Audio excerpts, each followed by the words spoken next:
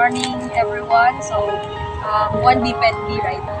So, last time we conduct a survey questionnaires about the anxiety test. So, some of you experiencing a stress, anxieties, lalo na merong nag-result ng moderate, ng high, and even extreme high.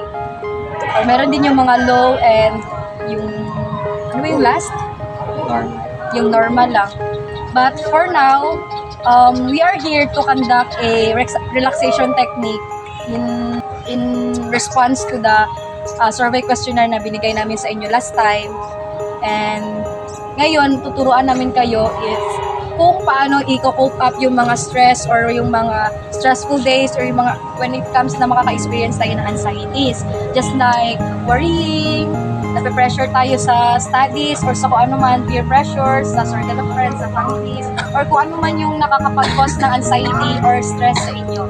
So, one of the relaxation technique that we are going to share to you today, this morning, is all about the diaphragmatic technique. So, the diaphragmatic technique and as well as meditation. So, magsa-start muna tayo sa meditation, then we will proceed to diaphragmatic relaxation technique. So, yung relaxation technique lang naman is yung gagawin lang natin is i-relax lang natin yung body, then yung posture natin, tawag dyan, straighten lang natin yung ating shoulder and yung back. Then, yung hands natin, pwede lang dito sa lap. Sa lap. And then, the next that we're going to do is to close our eyes. Close our eyes. And then, think of something, imagine of something, places, events ba, or kung ano man yung mga bagay na nagpapasaya sa atin. So, this time, i-assist lang din kayo ng kasama ko. Then, we will now start the meditation or the relaxation technique.